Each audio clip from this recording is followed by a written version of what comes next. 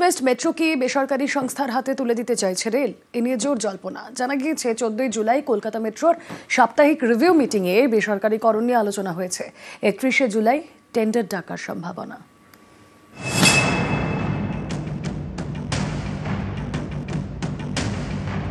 East West metro Howrah Maidan থেকে sector 5। এই east West metro কি বেসরকারি হাতে তুলে দিতে চাইছে রেল? এই প্রশ্নটা উঠছে কারণ জানা গিয়েছে 14 জুলাই সাপ্তাহিক রিভিউ মিটিং করে কলকাতা মেট্রো রেল কর্তৃপক্ষ। সেখানেই ইস্ট ওয়েস্ট মেট্রোর বেসরকারিকরণ নিয়ে আলোচনা হয়। আগামী 31 জুলাই এ নিয়ে টেন্ডারও রাখতে পারে কলকাতা মেট্রো কর্তৃপক্ষ। ইস্ট ওয়েস্ট মেট্রো এখনো পুরোপুরি চালু হয়নি। দুভাগে মেট্রো চলে, সেক্টর 5 শিয়ালদা এবং এসপ্লানেড হাওড়া ময়দান। মেট্রো রেলের কর্মী সংগঠনগুলির দাবি, ইস্ট ওয়েস্ট মেট্রো পথে ট্রেন চালিয়ে লাভের ঝুলি প্রায় শূন্য।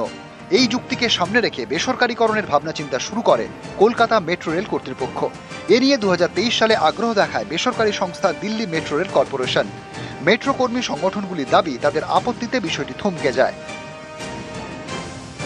কমপ্লিট আউটসোর্সিং আর অপারেশন এন্ড মেইনটেনেন্স, এটার জন্য সেই ডিএমআরসি আগ্রহ প্রকাশ করেছিল 2023 সালের ডিসেম্বর থেকে, অর্থাৎ সেই থেকে জিনিসটা চলছে। ভারতীয় রেলে কলকাতা মেট্রোই একমাত্র ভারতীয় রেলের সরকারি মেট্রো। বাকি যে সমস্ত মেট্রো অন্যান্য শহরে চলে সেগুলো হচ্ছে অটোনমাস বডি, তো সুতরাং স্বায়ত্তশাসিত সংস্থা। সেখানে তার মতো করতে বলা হয়েছে। সমস্তটা কিন্তু বেসরকারি লোককে দিয়ে দেওয়া হচ্ছে এবং তার নতুন ডেজিগনেশন তৈরি করা হচ্ছে, যেটা ভারতীয় রেলে নেই। সেটা হচ্ছে যে train operator and cum station controller, অর্থাৎ একই লোক দু জায়গায় এইটা করবে। কর্মী সংগঠনগুলির দাবি, কলকাতা মেট্রো কর্মী সংকটে ভুগছে। নতুন রুট চালু হলেও নতুন নিয়োগ হয়নি। ট্রেন চালকের সংকট। কর্মীরা অবসর নেওয়ার পরে সেভাবে লোকই নেওয়া হয়নি। কাজের চাপ মারাত্মক বেড়ে গিয়েছে।